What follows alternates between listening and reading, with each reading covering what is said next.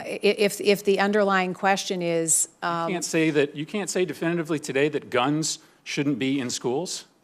Well, I will refer back to Senator Enzi. This is Betsy Devos. That was painful, and yet she still slithered her way into the Department of Education, and now as Secretary of Education, she's working on breaking our already strained public school system. Thanks, President Trump. You sure do have the best people.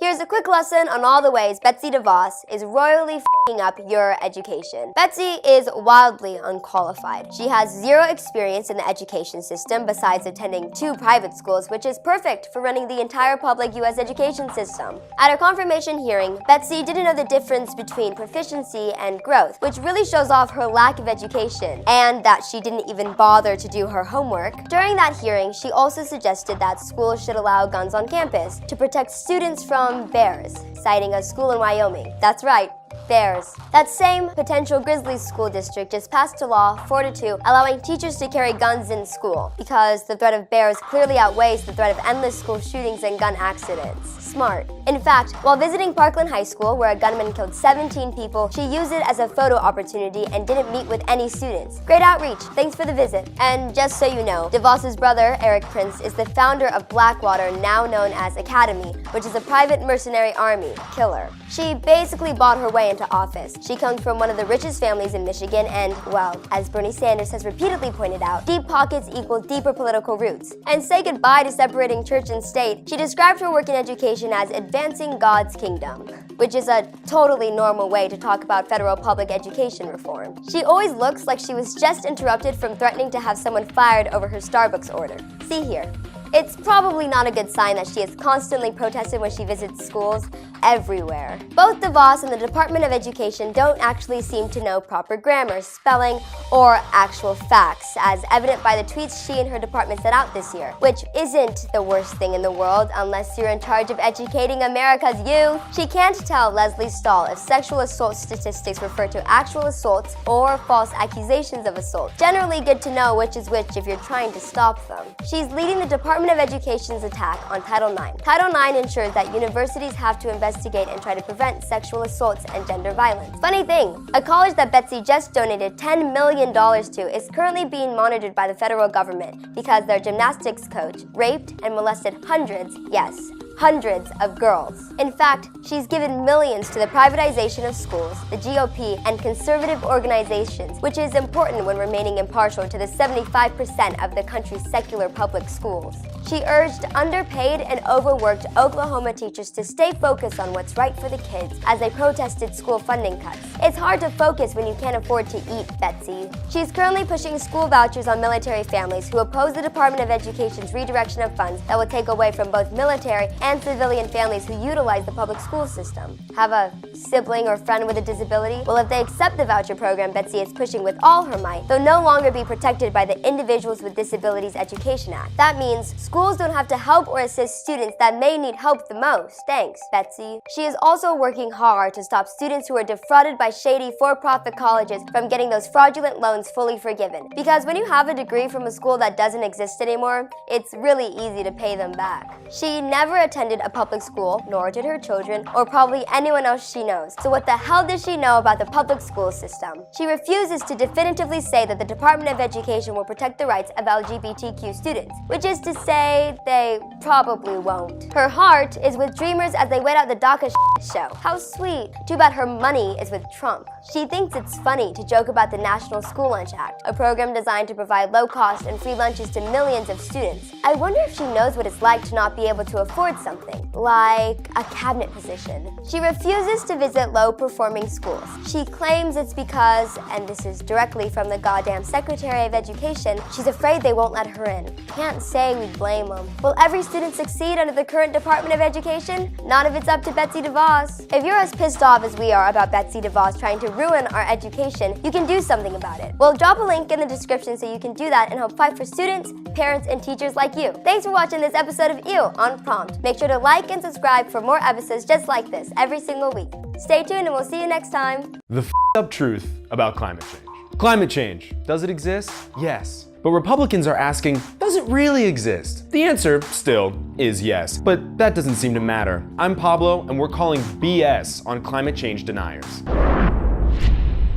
Let's start with the most basic fact we can. After 11,944 research papers and multiple studies of peer-reviewed journals, 97% of climate scientists and climate science papers agree that humans are causing global temperature changes. That number is solid enough that NASA backs it up, which is validation from the people who put a goddamn man on the moon before we ever put wheels on luggage. And that's true. In fact, one of the only studies that suggests the number is below 97% is by a man named Richard Toll, who happens to include people like economic geologists who are not scientists and a self-selected group of those who reject the consensus. Basically, in order to make that consensus falter, you have to include scientists who don't know about climate science or who have already decided that they reject the entire idea. Also, the remaining 3%, well, an analysis of the very few climate science papers that go against the theory showed that there are glaringly huge errors in their methodology, and nobody could replicate their experiments that supposedly proved human-caused climate change was a myth.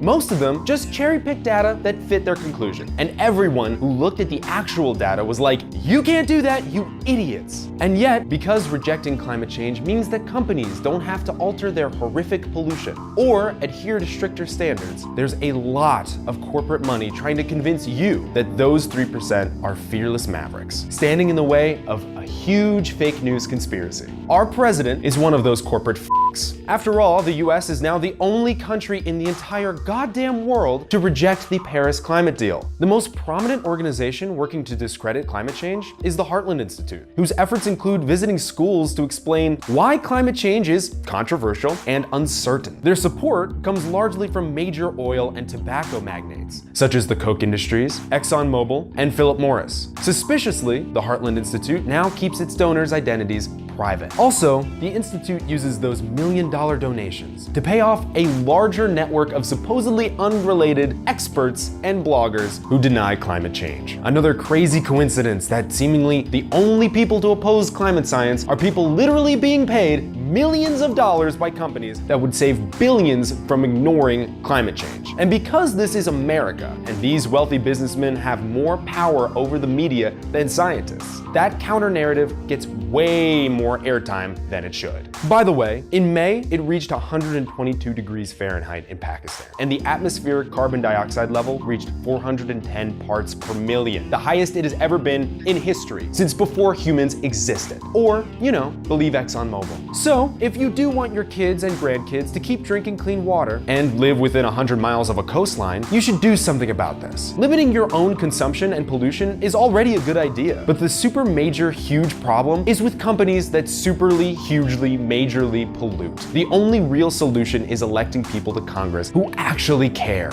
and can block people like Pruitt and Trump from destroying the environment to make a quick buck. There are also some groups of people in California who are seeing success in suing major corporations for knowingly hurting the public. Kind of like how we sued Big Tobacco in the 90s. They've had some success, and the more people involved, the more likely they'll be to succeed. We'll drop links about all of that below in the description. For now, thanks for watching, and don't forget to like and subscribe for more episodes just like this every week. Let's be honest, guys, we've had a pretty rough week. From children being ripped away from their parents at the border to Trump's meetings with his two favorite Kims, it's been the same nightmare roller coaster from hell that every other week of the last 2 years have been. But thankfully, Trump knew we needed a little bit of a break from screaming into the void and did us a solid. I'm Whitney Van Lanningham, and today we're talking about how President Trump created the sixth branch of the military, Space Force.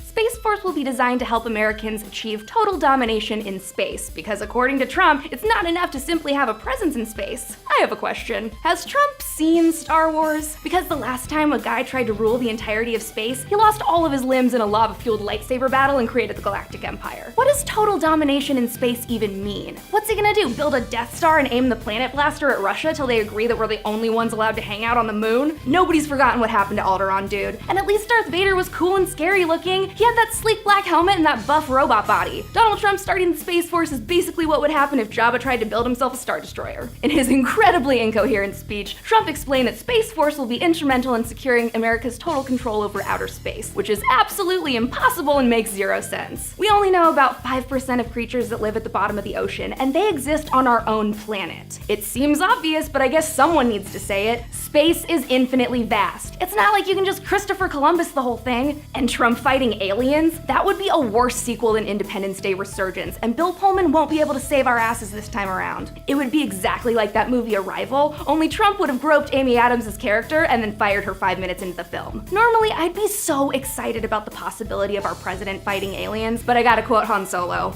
"I've got a bad feeling about this." Trump also presented the fact that the Space Force will not have anything to do with the Air Force in any way, and went so far as to say that he'll keep the two branches separate but equal. You know when you hang out with all your friends so much that you all kind of start talking like each other? I wonder which one of Trump's golfing buddies in the KKK fed him that Plessy versus Ferguson bullshit. In his clothing statements, Trump said, remember, economically, militarily, and scientifically, in every way, there's no place like space. Okay, intergalactic Dorothy. Is that how Trump plans to get himself to Mars? He's just gonna squeeze some ruby red slippers onto his bunions, click his heels 3 times, and say there's no place like space? No, seriously, who's his speechwriter, the Scarecrow? God, if he only had a brain. Those are just some of my thoughts about Space Force, but I wanna know what you guys think in the comments. Like and subscribe to Prompt, and for the love of God, start tweeting at Elon Musk and Fox Mulder to hurry up and save us. Help me, Obi-Wan Obama. You're our only hope.